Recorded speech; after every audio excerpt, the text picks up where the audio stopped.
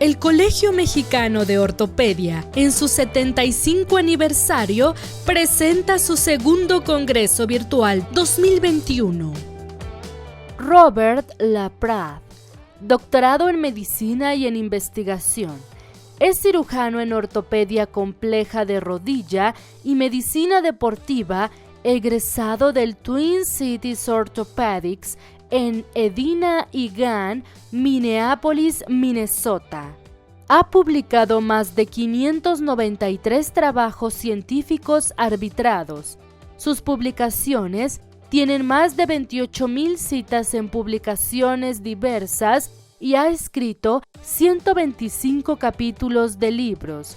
Como parte de su trayectoria, ha hecho más de 1,000 presentaciones profesionales en simposios y conferencias, lo que incluye cursos de formación profesional. Ha sido reconocido por su investigación, incluido el OREF Clinical Research Award, considerado como el Premio Nobel de Ortopedia. Su equipo de investigación ha sido galardonado con el reconocimiento de la Sociedad Americana de Ortopedia en Medicina Deportiva Excellence in Research Award en 3 ocasiones desde 2009. Ha recibido el premio de investigación Achilles Research Award de Isacos 2 veces y el premio Cabot por la Sociedad Americana de Ortopedia en Medicina Deportiva.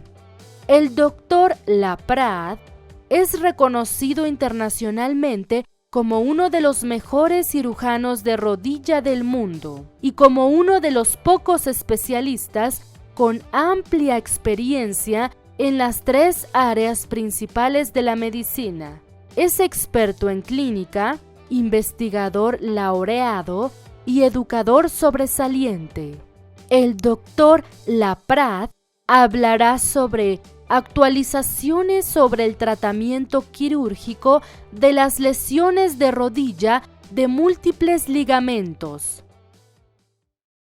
Hello, I'm Dr. Robert LaPrade speaking to you from Minneapolis, Minnesota. Sorry I can't be there in person.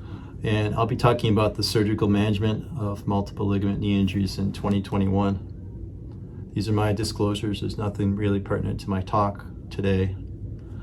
I think it's important to understand that in addition to having a busy clinical practice, I'm also involved with research that helps me to improve my overall ability to take care of patients. And I've been able to surround myself with some very good research assistants and fellows and residents, and we've been able to answer a lot of the questions about treating multiple ligament injuries, and I think you'll see that in this talk today.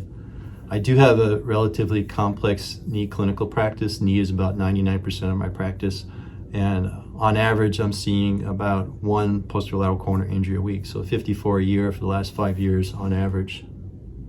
So the goals of the talk today are to review the advancements in multi-ligament treatment, to review my own team's 2 decades approach. We've been treating these almost the same way for the last 2 decades. Review the principles of anatomic-based multi-ligament reconstructions, and review the principles of post-operative rehabilitation, and then report on our outcomes, which should validate what we do for our treatment. First off, in looking at the definition of multiple ligament injuries, these are mainly sports injuries or lower velocity. A multi-ligament injury should involve 2 of the main 4 ligaments of the knee, and early surgery or acutes are in the first 3 weeks, and then after 3 weeks, they're defined as chronic when we're looking at multiple ligament injuries. As always, the overarching principles in working up a complex knee injury is to check the ABC, so making sure the artery and breathing and circulation are normal for the patient, and making sure the popliteal artery is intact. That's probably the most important thing we need to verify. And you can use the ankle brachial index or even a CT angiogram if you're worried about that. If they do have a nerve injury, one of the most common things we'll do is to place them into an ankle-foot orthosis. And it's especially important to perform a comprehensive knee exam both in the clinic and during your exam under anesthesia to validate the injury pattern. So the treatment issues in roughly 1995 to 2005, and hopefully that's not what we're looking for now, is whether to operate or not on a patient like this. Do we do it open or arthroscopically? Do we do early or delayed surgery? Is it a staged or a single surgery? Do we do a reconstruction or a repair? And do we start early range of motion, or do we keep them immobilized for a period of time? So when we're looking at multiple ligament treatment issues, I think it's important to look at what others say also. And the best way to do this is to look at systematic reviews, because that'll analyze what everybody else has done out there. I think it's also important to recognize that until about 5 years ago in 2016, a lot of the speakers at symposium and instructional course lectures were immobilizing patients postoperatively. They were doing stage surgeries and doing delayed physiotherapy, which is not what people are recommending from the podium now. So things have changed from that 15-year period in terms of we were treating them, and now we've advanced in our treatment protocol. If we're looking at whether we should operate or not, the literature initially before 1990 supported non-operative treatment, but then we became better at treating these, and now the literature supports operative treatment with a better chance of getting patient back to function. In terms of open versus arthroscopic, especially for the cruciates, arthroscopic gives us better visualization, less pain, less tissue trauma, and that's been validated with studies too, that there's no difference between open and arthroscopic, but we're probably better at putting these back in and the patients have less pain. In terms of early versus delayed surgery, ideally as a surgeon I want to get in early because the tissue quality is better, the sutures will hold better, there's less scarring, alignment isn't an issue. After 6 weeks, you really have difficulty in repairing structures because of stiffness and retraction. So acute is defined as less than 3 weeks. And when we're looking at early versus delayed surgery, early surgery has better outcomes than delayed surgery. And there's a higher rate of manipulation if range of motion is delayed. So patients do better when we're analyzing the literature if they're operated on early versus delayed with multi-ligament injuries. In terms of staged versus single stage surgery, single stage surgeries, especially involving the posterolateral corner, do a lot better than stage surgeries. It allows for early rehabilitation. It's only one big injury to the patient with their surgery, and it's overall less surgery for the patient. I think we can look at doing some stage surgeries versus a single surgery if there's malalignment and they need an osteotomy.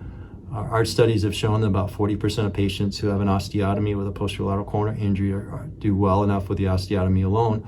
Or if you have an inexperienced assistant and a surgical team, maybe you can't do a surgery in a timely fashion and get them off the table within 2 hours. And if it takes you 10 hours, maybe you need to split it into 2 surgeries. And those are the indications to look at for stage surgeries.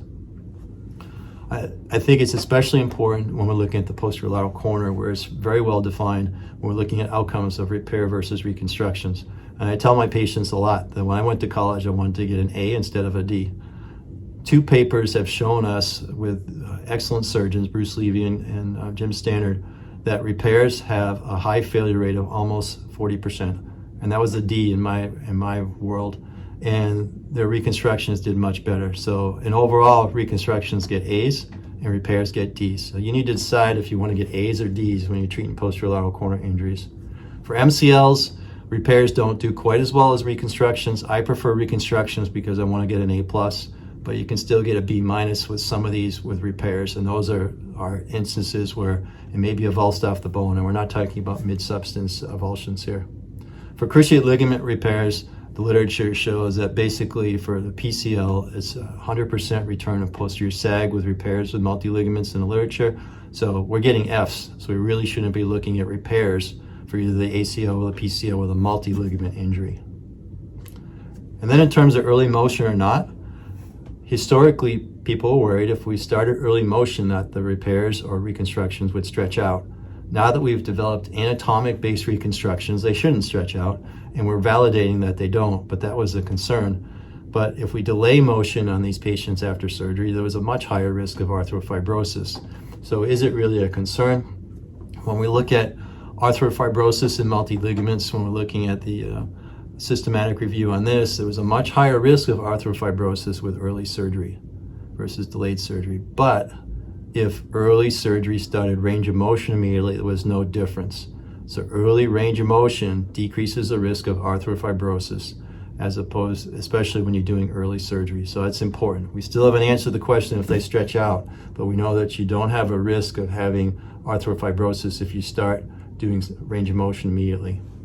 one of the issues with these case series that formed the basis of the systematic reviews is they're small patients, and that's important to analyze. So looking at the systematic review summary, you should operate early, look at a single stage surgery, do it arthroscopically, reconstruct over repair, and start range of motion and physiotherapy early. So in our group, what we've done is we've tried to look at it systematically. We base on the pyramid approach. We look at anatomic reconstructions and looking at biomechanics, and then we'll look at developing anatomic-based reconstructions, and ultimately the top of the pyramid is to go in and find out what the outcomes are, to see if what we've laid the base for and built along the pyramid results in good outcomes. So the principles of anatomic-based reconstructions is we do the open approach first for the collaterals, so we can see the structures before there's fluid extravasation. Then we'll do the scope for the cruciates and meniscus, and we don't have a problem with fluid extravasation if you have a good surgical team. All the ligaments are reconstructed, and then we'll have good objective information. So we use our stress x-ray results. We get stress x-rays before surgery or on the EUA, and we get them afterwards because it's important to know if you actually got good outcomes. As part of the planning, you have to be prepared, identify the injury pattern on clinical exam, stress radiographs, and MRI. Choose the grafts ahead of time if you're going to use autografts or allografts, then prepare the surgical team. I'll talk to the surgical team the night before so they can think about it, and the day of surgery, before surgery, so they have everything ready for me. When we look at MCL anatomy, we look at our JBJS paper. One of the things that we want to look at is where the MCL attaches, so it's important to recognize it's about 6 centimeters distal to the joint line, and that's pretty consistent. For ACL, we look at our ACL anatomy, also with Freddie Fu's good work, and it's important to recognize that on the tibia, the ACL attaches close to the lateral meniscus. For the PCL, that's really important to recognize because the femoral attachment sites are so far apart, with the anterolateral bundle attaching on the roof and the posteromedial bundle on the wall. So we need 2 tunnels there, whereas it's compact on the tibia, similar to ACL's. 2 tunnels are 2 bundles are close to each other, so we'll use 1 tunnel on the tibia. And we'll create closed socket tunnels for the anterolateral bundle and the posteromedial bundle on the femur, making sure that they're in the anatomic location. And on the tibia, the tunnel should be at the bundle ridge. We'll also address all meniscus work with these multi-ligaments, and I'll repair all the root tears and radial tears. I repair all of them because over time, it's whether the patient gets arthritis that makes a difference in their life.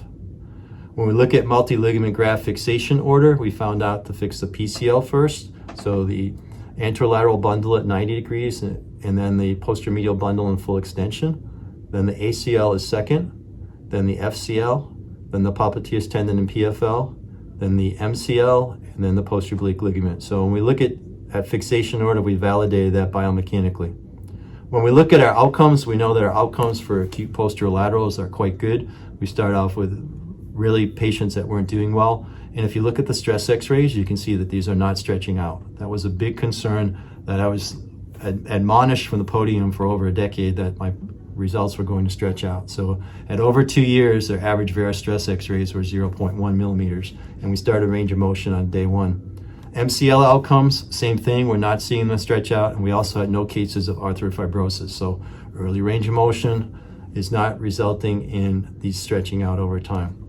Same thing with our double bundle reconstruction. When you look at our JBJS paper, we found out that we're restoring stability to these. So we started off at 15 millimeters of increased posterior tibial translation and getting down to 1 millimeter, an average of 2.5 years.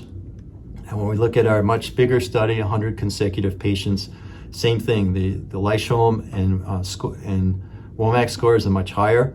And if you look at the stress x-rays, they're not stretching out with starting prone motion of 0 to 90 on postoperative day 1. We're starting with 11 millimeters of posterior tibial translation and ending up with 1.6 millimeters at an average of 3 years of follow-up. We looked at early weight bearing for our FCL patients and found out that partial weight bearing is good. And it's probably because we're putting them in an anatomic position. So if we look where we were back in 1996, where everybody was casted compared to right now, we're starting early motion, but we're also starting some weight bearing with level 1 studies and finding out that we can start a little bit of early weight bearing. For the rehabilitation principles, I think it's essential to make sure that your surgical team is working with the therapist, because if your physiotherapist is outside the realm, that can make your graft stretch out. So we start prone knee flexion for the PCL patients on day 1, 0 to 90 degrees. We'll put them into a dynamic PCL brace as soon as their knee will tolerate it, and it's planning for 9 to 12 months minimum for rehabilitation. So we looked at our multi-ligament reconstructions between 2010 and 2016. I had 276 patients, and it was a single stage surgery. So hopefully this is providing similar information to what we saw with the systematic reviews. And if you look at our patients that were seeing an adequate follow-up, the IKDC scores are 90. So they're almost equal to ACLs in terms of where they are with anatomic reconstructions and early range of motion. Our stress x-rays are not stretching out. So if you look at the valgus stress x-rays, the varus and the PCL, they're not stretching out over time. We did have some cases of arthrofibrosis in spite of starting range of motion on day 1. We'd like to be better with this, but right now, 9.3% of patients did have some arthrofibrosis. I think one of the most important things that I found out in analyzing my data, there was no difference between acute and chronics, and there was no difference between the ACL-based and the PCL-based patients. So PCL patients can do equally as well as ACL patients is what we found in our last 2 studies. So in conclusion on what's new in 2021 for multi-ligament knee injuries, first off, surgery is definitely better than non-operative treatment. Single stage should be performed when possible. Early surgery is better than late surgery because you can repair more of the other structures. Early range of motion is better than delayed range of motion. And I don't have this on there, but anatomic reconstructions over repairs is definitely an important thing to assess. And I feel overall we've improved our outcomes in treating posterolateral corner injuries and multi-ligament injuries in general. So the bar has been reset. But as you can see with our arthrofibrosis cases and the overall assessment, I think we can do better as we continue to study this going forward. Muchas gracias.